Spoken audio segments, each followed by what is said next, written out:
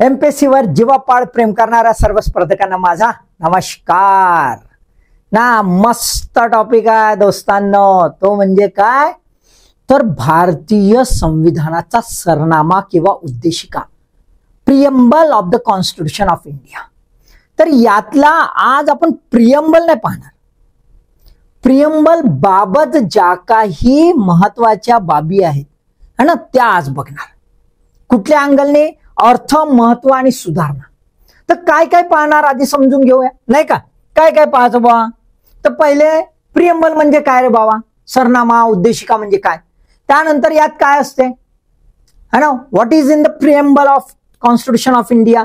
त्यानंतर आपल्या प्रियम्बलचा, आपल्या उद्देशिकाचा है ना निर्मिती कशी झाली त्याचा इतिहास पाहावा लागेल.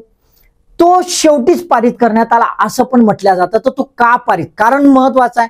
शेवटी पारित करण्यात आला हे माहितच आहे, परंतु का ते पण कारण महत्वाचं आहे. त्यानंतर कोणी काय म्हटलं याला, कधी कधी विचारतात असे प्रश्न. याचं महत्व, भूमिका, सिग्निफिकन्स काय आहे, याचा रोल काय आहे ते पण समजून घेणं आवश्यक आहे. तो संविधानाचा भाग आहे का हा पण डिबेट झाला. तो काय डिबेट ते पाहून घेऊया.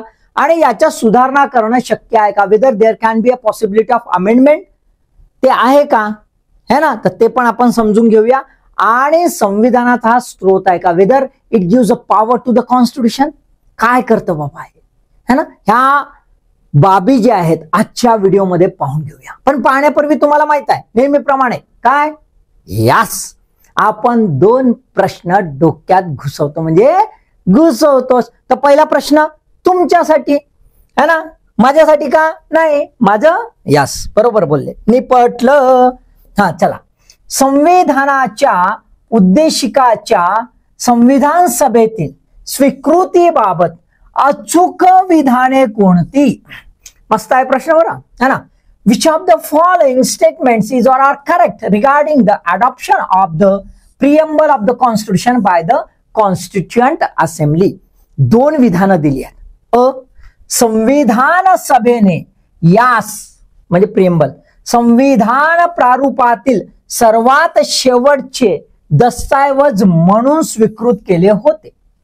Constituent assembly adopted this as the final document of the draft constitution. हे विधान बरोबर आहे की चूक आहे ते आपल्याला लक्षात घ्यायचं आहे. यास प्रारूप संविधानाच्या प्रथम वाचनाच्या शेवटी स्वीकृत केले. This was adopted at the end of the first reading of the draft constitution. आहे ना, मस्त प्रश्न आहे. हा आता दुसरा प्रश्न तुम्हाला तर आता बघून घ्यायचं इकडे काय करायचं. तर दुसरा प्रश्न, उद्देशिका संविधानाचा आत्मा आहे असे कोणी म्हटले. येते ना असा प्रश्न. Who said the preamble is the soul of the constitution? है ना. N A Palkhivala, justice Hidayatullah, Acharya JB Kripalani किंवा डॉक्टर बाबासाहेब आंबेडकर. कोण रे बाबा, तुम्हाला सांगायचं आहे. येतात ना असे प्रश्न. हा मग असे प्रश्न येण्यासाठी आपल्याला व्हिडिओ समजून घ्यावं लागेल पूर्णपणे, तेव्हाच कुठं अशा प्रश्नाचं उत्तर येईल. आणि मस्त आरामात कूल याच्याने पण सिरियसली व्हिडिओ समजून घ्यायचा आहे, कारण की काही फॅक्ट्स आहेत आणि त्याचं काही अनालिसिस आहे ते आपण आता समजून घेऊया. ठीक आहे, राईट, क्लिअर. चलायचं मग. चला. असा पहिल्यांदा प्रियम्बल म्हणजे काय. तर पहिलं स्टेटमेंट खूप महत्वाचं आहे, खूप सुंदर. Identity card of the constitution. कोणी म्हटला? एन ए पालखीवाला, नाना पालखीवाला. काय म्हणताय? आयडेंटिटी कार्ड, ओळखपत्र आहे, ओळखपत्र आहे. आय कार्ड दाखव रे बाबा है ना. आपण म्हणतो ना आय कार्ड दाखव, आय कार्ड दाखव है ना. संविधानाचा आय कार्ड आहे. संविधान आपलं भारतातलं कुठं गेलं. हा काय रे बाबा, कोण असतो. हा आता हे पहा म्हणते प्रियम्बल. हे पाहून घे, मग आतमधलं माया एवढं बलकी दिसते ना, ते आतमधलं तुला समजून जाईल है ना. म्हणजेच काय की संविधानामध्ये काय नेमकं आहे हे समजायचं असेल तर प्रियम्बल पाहायचं. Preamble is like a preface of a book. संविधान जर आपण एक पुस्तक समजलं तर पुस्तकाची प्रस्तावना म्हणजे प्रियम्बल. बरोबर आहे, राईट. आता एखादं पुस्तक घ्यायला जातो आपण, बाजारात जातो ना, जाता का नाही, का नुसते नोट्स नाही रे बाबा, ओरिजिनल पुस्तकं वाचले पाहिजे है ना.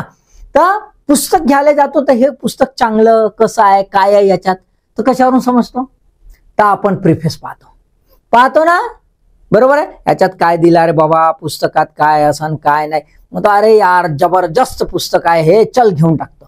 आणि मग वाचल्यावर वाटतं काय होतं यार, तर पहिल्या पानावरून आपल्याला समजते का पुस्तकात काय आहे. तसंच संविधानाच्या बाबतीमध्ये आहे ना, लक्षात आलं का. म्हणजेच काय, हे ओळखपत्र आहे, दस्तऐवजाचा परिचय किंवा ओळख करून देते. It just introduce what is in the document. त्या दस्तऐवजामध्ये काय असेल त्याचं एकदम संक्षिप्त याच्यात 1-2 पानामध्ये सांगून देते. मग आपल्याला पूर्ण लक्षात येते की या पुस्तकात काय असेल ना काय नाही, बरोबर आहे. दुसरं आहे दस्तऐवजाची मूळ कल्पना आणि तत्वज्ञान. It not just giving the information about the content of the book. काय असेल बाबा पुस्तकामध्ये याबाबत केवळ सांगत नाही, सोबत काय सांगते, the philosophy and basic principle behind the formation of book.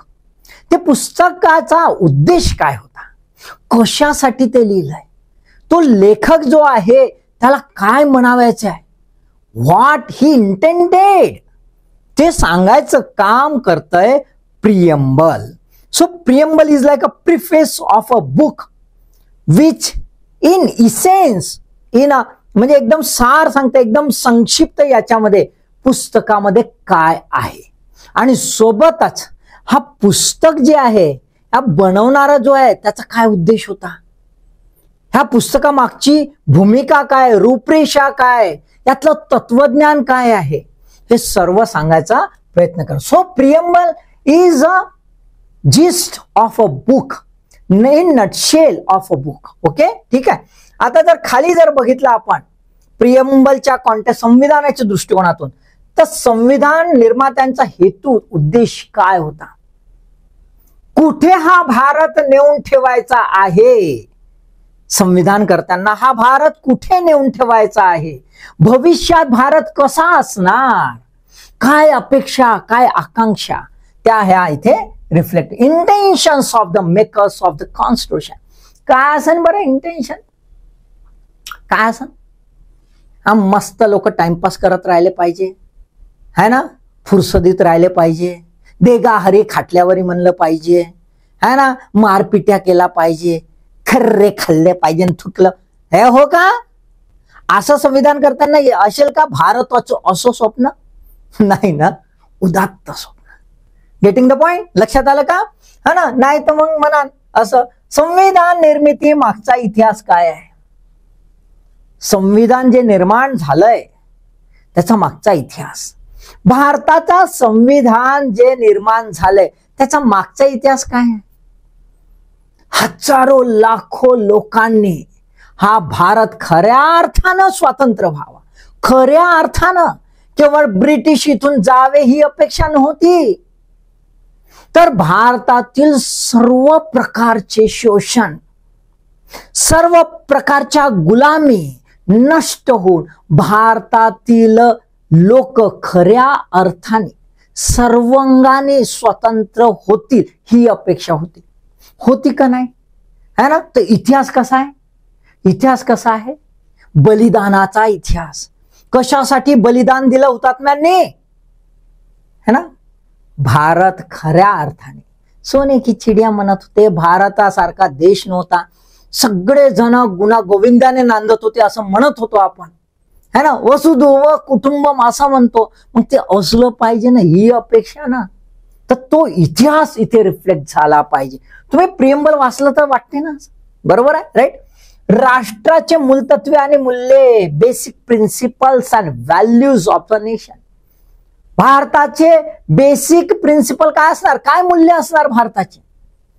आम्ही इथे मस्त सांगतोय जगाला वसुधैव कुटुंबम, है ना. सगळ्या प्रकारे इथे असा कोणी कोणत्याही पंथाचा, धर्माचा, प्रांताचा कोणी गुणागोविंदाने नांदू शकतो असं आम्ही म्हणतोय.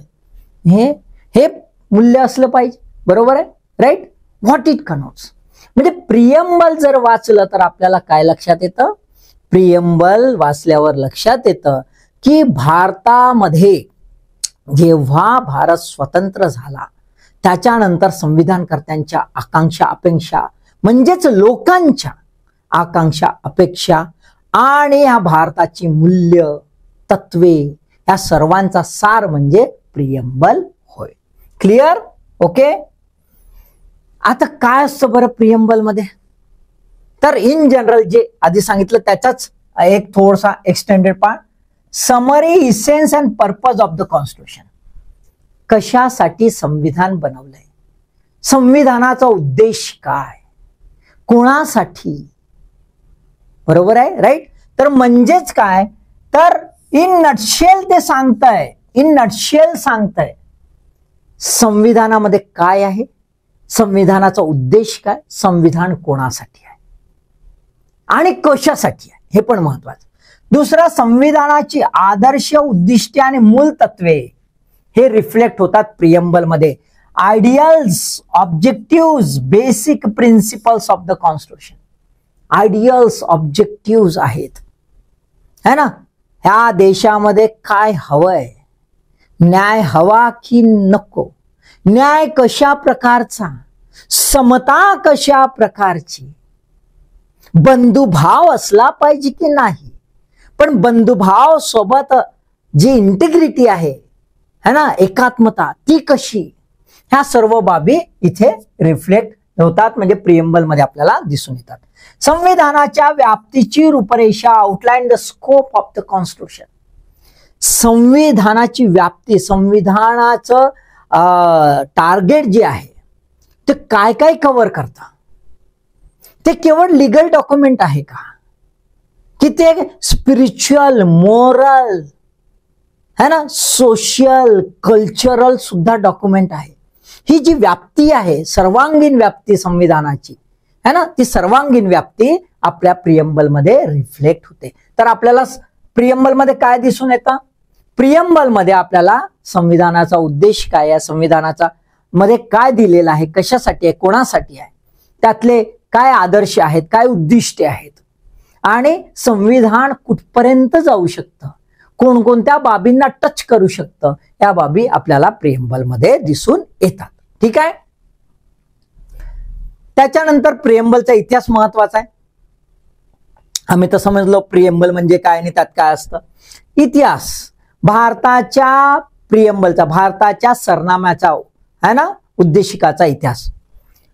उद्दिष्टांचा ठराव, ऑब्जेक्टिव्ह रिझॉल्युशन, याच्या पूर्वीचा व्हिडिओ पाहिला नसेल पाहिला तर पाहून घ्या. ऑब्जेक्टिव्ह रिझॉल्युशन वर मी डिटेल व्हिडिओ बनवलेला आहे ना, तो जरूर बघा. ऑब्जेक्टिव्ह रिझॉल्युशन कोणी कॉन्स्टिट्यूएंट असेंब्लीमध्ये मांडला होता, कोणी, यस, पंडित जवाहरलाल नेहरू यांनी मांडला होता, बरोबर आहे. मग ऑब्जेक्टिव्ह रिझॉल्युशन जो आहे तो हे करून, आर्टिक्युलेट करून, त्याला आर्टिक्युलेशन करावं लागलं, आर्टिक्युलेट करून नंतर जे तयार झालं ते म्हणजे आपलं प्रियम्बल. ते म्हणजे आपलं प्रियम्बल, जे आर्टिक्युलेट केलेलं प्रियम्बल होतं ते प्रथम वाचनाच्या शेवटी 3 रीडिंग झाल्या, संविधानाच्या 3 रीडिंग झाल्या ड्राफ्ट कॉन्स्टिट्यूशनच्या, आणि नंतर मग फायनल झालं. तर फर्स्ट रीडिंग जी होती त्याच्या शेवटी तेव्हा 17 October 1949, 17 October 1949, motion moved by the doctor Babasaheb Ambedkar. The preamble stands part of the constitution है ना. 2 November 1949 motion was adopted, thus preamble was added into the constitution as a first page of the constitution. पारित झालं सर्वात शेवटी, पारित झालं सर्वात शेवटी आणि पहिलं पेज बनलं, कारण ते प्रिफेस आहे पुस्तकाचं जर बघितलं तर, बरोबर आहे, राईट. आता महत्वाचं आहे की बाबा हे शेवटी का, हा पण प्रश्न आहे. पहिले काऊन नाही करून टाकलं, मोकळं केलं असतं, तर का, त्याचं कारण पाहूया. त्याचं कारण काय, डॉक्टर राजेंद्र प्रसाद काय म्हणाले, it was done to see, it was done to see that the preamble was in conformity with the constitution as accepted. संविधान जे स्वीकृत केलेलं आहे त्याला अनुसरून असलं पाहिजे, त्याच्या अनुषंगिक असलं पाहिजे, बरोबर आहे. म्हणून कोणतंही पुस्तक आधी लिहिल्या जाते आणि मग त्याचं प्रिफेस बनते. कारण प्रिफेस मध्ये काय असते, त्या पुस्तकात काय आहे ते. मग आधीच प्रिफेस लिहिलं आणि मग पुस्तक लिहित बसलं त्याला काय समजेल, है ना. प्रिफेस वेगळं राहील आणि पुस्तकातले कंटेंट वेगळे राहू शकतात. कंटेंट काय आहे, पण प्रिएम्बल काय केवळ पुस्तकाचा प्रिफेस आहे का? नाही. It is not a mere preface of any book. It is actually reflecting the philosophy of the Constitution, basic principles of the Constitution. आणि त्याच्यामुळे बियॉन्ड द प्रिफेस याचं महत्व आहे आणि म्हणून ते चुकीचं होऊ नये, ते अनुसरून असलं पाहिजे. It must have to be in correspondence with the contents of the constitution. There shall not be any discrepancy between the two. दोघांमध्ये तफावत नसावी. म्हणून सर्वात शेवटी याचं एक सुंदर उदाहरण की प्रिएम्बल मध्ये अमेंडमेंट केले गेले, ड्राफ्ट प्रिएम्बल आणि मग शेवटचं प्रिएम्बल. जेव्हा अमेंडमेंट केले गेले तेव्हा एक याच्यात जबरदस्त वाद झाला, तो म्हणजे in the name of God. कारण की काही प्रिएम्बल जगाच्या पाठीवर आपल्याला दिसतात, संविधान बरेचसे है ना. अमेरिकेचं संविधान जे आहे त्यामध्ये प्रथमतःच आपण प्रिफेस पाहतो, प्रिएम्बल पाहतो. जगातील आधुनिक जगातील प्रथम संविधान असेल ज्याच्यामध्ये आपण प्रिएम्बल बघतो ते म्हणजे अमेरिकेचं संविधान. त्याच्यानंतर बहुतांशी राष्ट्रांनी आपल्या संविधानामध्ये प्रिफेस जोडलं म्हणजे प्रिएम्बल जोडला आहे. बरोबर आहे. काही ठिकाणी in the name of God आहे. भारताच्या याच्यात in the name of God ही चर्चा चालू होती तेव्हा है ना डिबेट झालं आणि डिबेटमध्ये हे कन्फर्म करण्यात आलं की बाबा in the name of God जर लिहिलं तर संविधानाला अनुसरून राहणार नाही. का? तर संविधान आपण कसं बनवतोय, सेक्युलर, धर्मनिरपेक्षित. मग संविधान जर धर्मनिरपेक्षित राहील, हे राज्य जर धर्मनिरपेक्षित बनवायचं आहे तर in the name of God आलं कसं? बरोबर आहे, राईट. म्हणून ते सर्वात शेवटी बनवण्यात आलं. दुसरं बघा ते to conform to the ideals and aspirations of the people embodied in that instrument. Instrument म्हणजे प्रिएम्बल मधलं जे आहे ते कोणाचं आहे, लोकांच्या आदर्श, लोकांचे आदर्श आणि लोकांच्या आकांक्षा आणि अपेक्षा ज्या आहेत त्या तिथे रिफ्लेक्ट झाल्या पाहिजे. काय होत्या बरं लोकांच्या आकांक्षा अपेक्षा? भारतातल्या लोकांच्या काय आकांक्षा असतील, काय अपेक्षा आजही काय असतील? कम्युनल व्हायलन्स, दंगा फसाद झाला पाहिजे, मस्त मस्त है ना. काय काय कोणी एकच धर्म झाला पाहिजे असं आहे का? नाही. अरे लोक मस्त गुण्यागोविंदाने नांदते, एकमेकांच्या सांस्कृतिक कार्यक्रमामध्ये सहभाग घेते, मस्त राहते बाबा, राहते का नाही? आणि संविधान कोणाची अपेक्षा आहे, कोणाची आकांक्षा आहे? लोकांची. लोकांचे आदर्श, लोकांचे आदर्श फारच छान आहेत, ते रिफ्लेक्ट झालेच पाहिजे है ना. चॅप्टर लोकांचे नाही, लोकांचे है ना. चॅप्टर लोक राहते ते भालधंदे सुचते है ना, ते नाही. सामान्य जनता नेहमी गुण्यागोविंदाने राहू इच्छिते. त्याला आपला शेजारी, आपला मित्र है ना, आपले नाते एक फारच छान राहतात. ते त्याच्यात काही कुठला धर्माचा नाही, कोणत्या पंथाचा नाही, जातीचा नाही, काहीच नाही राहत. हे लमचे कोणीतरी कुचकणारे नाही का, तेच असतात. तर म्हणून जस्टिस जगमोहन रेड्डी आपलं हे जे आहे केशवानंद भारती केस, त्यामध्ये जस्टिस जगमोहन रेड्डी यांनी हे खूप सुंदर वक्तव्य म्हटलेलं आहे. तर क्लिअर का करण्यात आलं शेवटी? क्लिअर, ओके, ठीक आहे. आता आपण बघूया की कोणी काय म्हटलं, एक ब्रीफली बघूया. थोडं पाठ करावं लागतं, तर की वर्ड्स आपण घेऊन घेऊ. की नोट हा शब्द लक्षात ठेवायचा. टू द कॉन्स्टिट्यूशन कोणी म्हटलं? Sir Ernest Barker. कोणी म्हटलं? Sir Ernest Barker. Political thinkers होते. त्यानंतर epitome of the basic features of the constitution justice Madhodkar. Justice Madhodkar यांनी म्हटलं. त्याच्यानंतर preamble rightly can be called the soul of the constitution and unalterable असा शब्द म्हटलेला आहे जस्टिस हिदायतुल्ला. जस्टिस हिदायतुल्ला. त्याच्यानंतर what we have stated in this preamble are not legal and political principles only. केवळ कायदेशीर आणि राजकीय प्रिन्सिपल त्याच्याशी नाही, they are also great moral and spiritual principles. किती सुंदर म्हटलंय है ना. In fact this way are not the first legal constitutional principles. First नाही आहेत. Instead they were really spiritual and moral principles. है ना. काय म्हटलेलं आहे प्रियम्बल जर बघितलं तर मोरल अँड स्पिरिच्युअल प्रिन्सिपल्स आहेत. ते लिगल अँड पॉलिटिकल नाही. फार मोठी म्हणजे भारताच्या संपूर्ण भारतवर्षाच्या इतिहास, सांस्कृतिक, आध्यात्मिक, तत्वज्ञानिक जो इतिहास आहे, खरा इतिहास, गुणागोविंदानं नांदणारा इतिहास, समताधिष्ठित इतिहास, असा इतिहासाचं रिफ्लेक्शन फिलॉसॉफी इथे झाली पाहिजे असं आचार्य जे.बी. कृपलानी यांनी म्हटलेलं आहे. खूप सुंदर वक्तव्य आपल्याला इथे दिसत आहेत. हे थोडे पाठ करून घ्यायचे. ओके, ठीक आहे. त्याच्यानंतर प्रियम्बलचं महत्व, खूप महत्व. कशाला पाहिजे बाबा इथं, है ना. नाही राहिलं तर काय बिघडते. तर आपल्याला दिसते शासन कार्याकरिता मूलभूत तत्वे प्रदान करते. गव्हर्नमेंटला कोणते काम करायचं असल, है ना, तर त्याचे बेसिक प्रिन्सिपल इथे असते, है ना. बेसिक प्रिन्सिपल असल्यामुळे गव्हर्नमेंट भालधंदे करायला बसलं ते सांगते वे तू कुठे चाललास, हे असं करता नाहीये, लोक कल्याण कर, है ना. डोंट बी पॉप्युलिस्ट, बी वेलफेअरिस्ट असं तो सांगते, नाही का. शासन कार्याकरता मूलभूत तत्वे, बेसिक प्रिन्सिपल.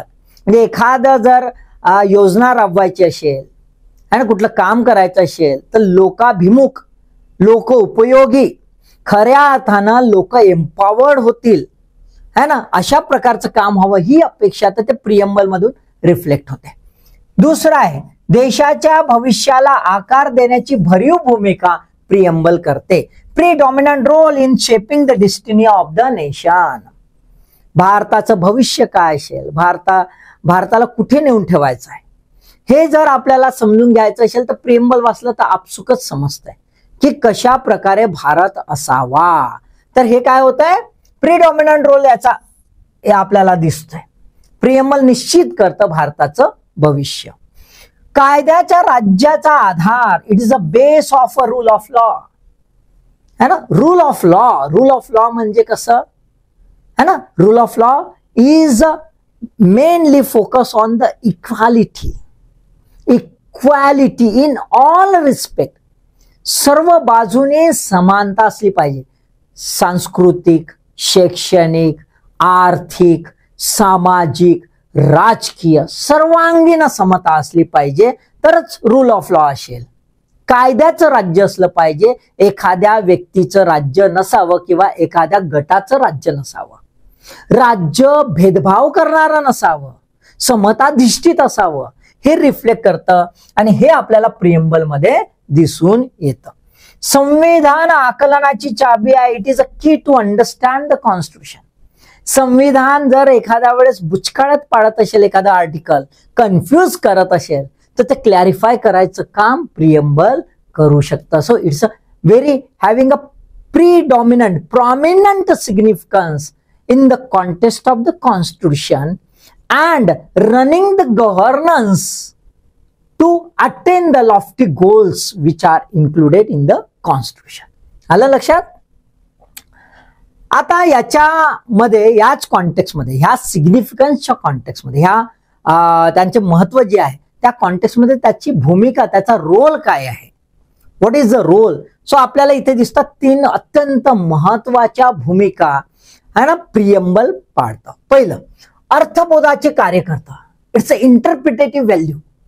इंटरप्रिटेटिव्ह व्हॅल्यू म्हणजे एखाद्या वेळेस संविधानाचं एखादं कलम असेल, त्यातल्या तरतुदी असेल आणि त्या मोघम स्वरूपाच्या असतील, व्हेरी वेग, है ना, अशा वेळेला क्लॅरिफाय करायचं काम, त्याचं स्पष्टीकरण, त्याची उकल करायचं काम प्रियम्बल करतं.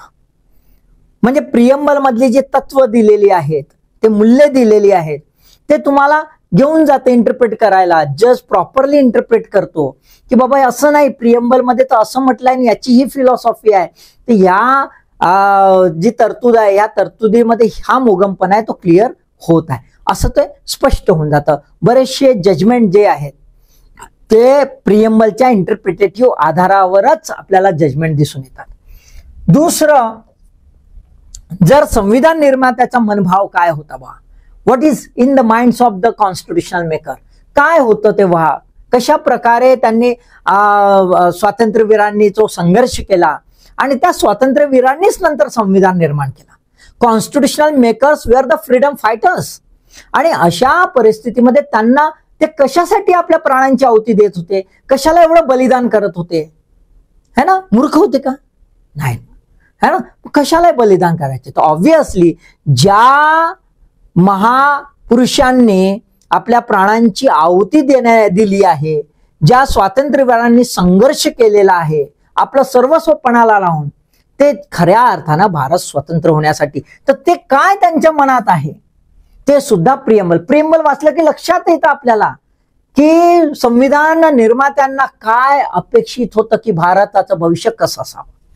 तर एखादी जर क्रिटिकल केस आली तर त्याच्यामध्ये मदत होतं. तिसरं, विसंगती टाळणे.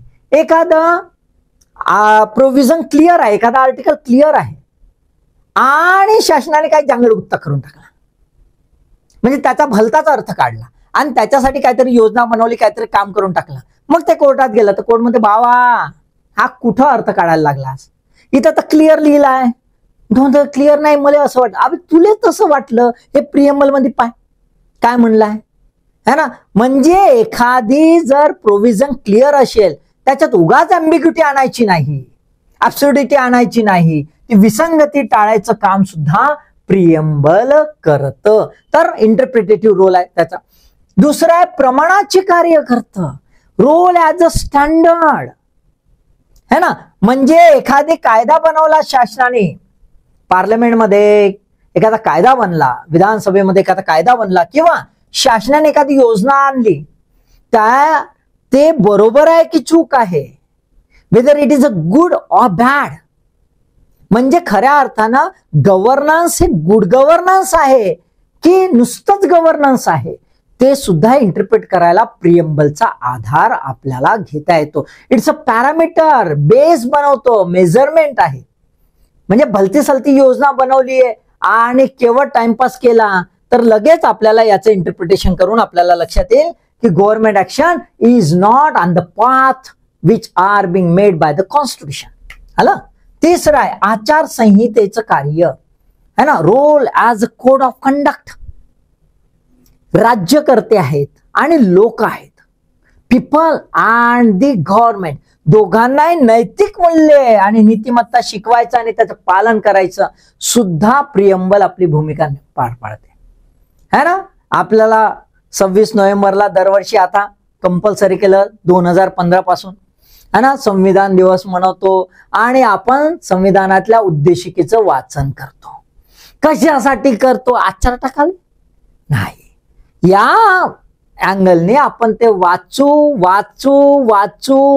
स्वतःले वाचव. बरोबर आहे ना?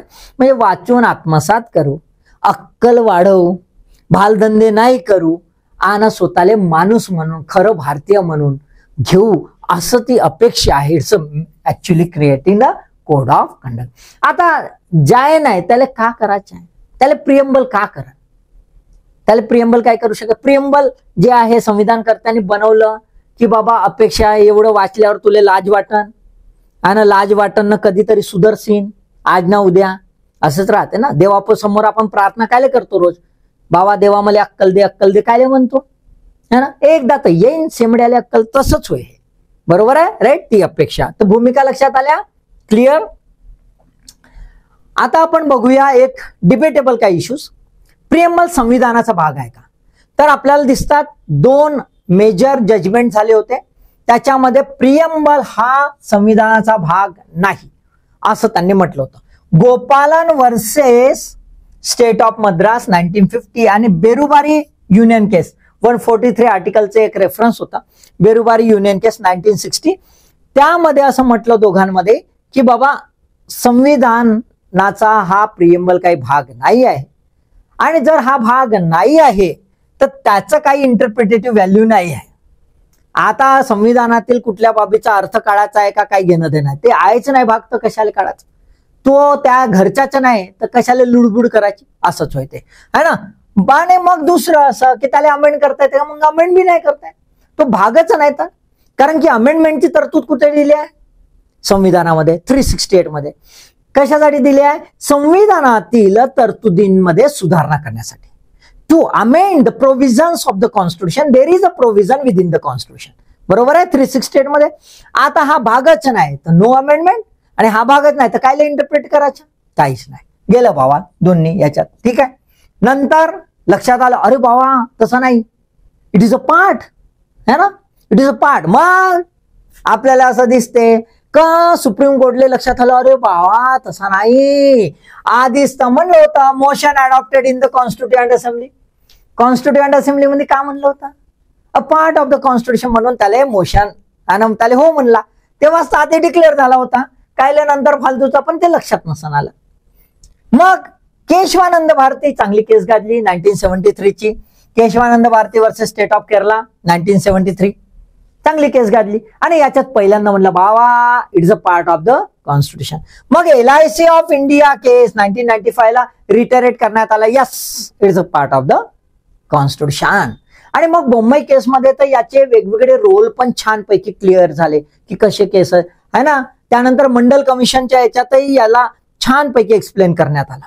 तर पार्ट ऑफ द कॉन्स्टिट्यूशन इथे डिक्लेअर झालं. मग पार्ट ऑफ द कॉन्स्टिट्यूशन आहे ते इंटरप्रिटेटिव्ह व्हॅल्यू आली, अर्थबोध करायचं त्याला, है ना. क्लिअर झालं की बाबा संविधानामध्ये एखादी तरतूद लोचा असन तर तो क्लिअर करायचा. आणि दुसरा मग हे बाबा आता पार्ट ऑफ द कॉन्स्टिट्यूशन आहे तर आर्टिकल 368 आले लागू होईल. मग लावला आर्टिकल 368. मग आर्टिकल 368 लावला आणि हा अमेंडेड होऊ शकते का? तर बघूया कसं ते पाहून घेऊ. तो बी डिबेट झाला, तो केशवानंद भारतीमध्ये क्लिअर झाला. संविधानाचा भाग आहे. आधी म्हणला बेरुबारी केस पर्यंत बाबा संविधानाचा भागच नाही, अमेंडमेंट कसा? केशवानंद भारती म्हणते yes it is a part of the constitution and it can be use for interpretation of the constitutional provision. मग भाग म्हणला का लगेच दुसरा मुद्दा, मग अमेंडमेंट करता येते? तो हो 368 मध्ये अमेंडमेंट करता येते. पण केशवानंद भारती केसमध्ये काय म्हणते? करा अमेंडमेंट, पण खूपच marvellous. Keshavananda Bharati was a milestone judgement. And milestone judgement म्हणजे भारतीय संविधानाचं ओरिजिनलिझम आणि लिव्हिंग कॉन्स्टिट्यूशन याची जी सिंथेसिस बनवली ना, ते केशवानंद भारतीने बनवली. जबरदस्त है ना. तर त्याने काय म्हटलं? No amendment was to be done to its basic feature. Basic feature मूलभूत जी बाबी आहेत त्याला बदलवता येत नाही. तुम्हाला अमेंडमेंट करायचं तर करा, प्रियम्बल मध्ये बी करा, हरकत नाही, पण बेसिक फीचर बदल. आता preamble itself is a basic feature असं मुंबई केसने म्हणूनच टाकला. Preamble is a basic feature. मग तोरी अमेंडमेंट झाला. मग अमेंडमेंट झाला 42nd amendment act 1976 called as a mini constitution. आता इथं अमेंडमेंट केला, काय केला रे बाबा? 3 शब्द अमेंडेड करण्यात आले. एक सोशालिस्ट समाजवादी, दुसरं सेक्युलर धर्मनिरपेक्ष आणि तिसरं इंटेग्रिटी एकात्मता. ह्या 3 शब्द टाकण्यात आले. इट इन्क्लूड कुठलंही काढण्यात आलेलं नाही. काढलं असतं तर जमलं असतं का? नाही. काढलं असतं जमलं नसतं का? कारण की बेसिक फीचरले टच करता येत नाही आणि preamble itself is a basic feature. मग आता प्रियम्बल मधून कोणता शब्द काढता येईल का? काढता येऊ शकत नाही. याचं व्हायोलेशन होईल बेसिक फीचरचं. बरोबर आहे, राईट. मग ऍड केले तर ऍड करून काही त्याच्या बेसिक फीचरचा धक्का लागला का किंवा काय झालं का, है ना. तर पहिल्यांदा बघून घेऊ आपण की कुठं कुठं घातलं, कारण तसाही प्रश्न विचारतात. लक्षात घ्या. सोशलिस्ट आणि सेक्युलर, बघा सोशलिस्ट आणि सेक्युलर हे शब्द कुठे ऍड केले? सॉव्हरीन आणि डेमोक्रेटिक याच्यामध्ये. कुठं? सॉव्हरीन आणि डेमोक्रेटिक याच्यामध्ये. ते पण लक्षात ठेवायचं बरं. बरोबर आहे. दुसरं युनिटी ऑफ नेशन याला बदलवलं आणि त्याच्या जागी केलं unity and integrity of the nation. Clear? लक्षात आलं का काय झालं ते? ठीक आहे, एवढं क्लिअर राहील. ओके, ठीक आहे. तर आपल्याला काय दिसतंय? संविधानामध्ये बदल केला, 1 2 3 शब्द आले. आता हे 3 शब्द आले तर संविधानाच्या म्हणजे प्रियम्बलच्या बेसिक फीचरला धक्का लागला का? तर बेसिक फीचरला धक्का लागला नाही, कारण की हीच अपेक्षा संविधानकर्त्यांना होती ते इम्प्लिसिट होती. कशी होती? इम्प्लिसिट, छुपी होती. आता ते एक्सप्लिसिट झाली. एवढंच झाला. त्याच्यामुळे याला, या अमेंडमेंटला एक्सेप्ट करण्यात आलं की बा बेसिक फीचरला टच करण्यात आलं नाही. क्लिअर? ओके. आता महत्वाचं आहे, प्रिएम्बल संविधानाचा स्रोत होऊ शकते का नाही.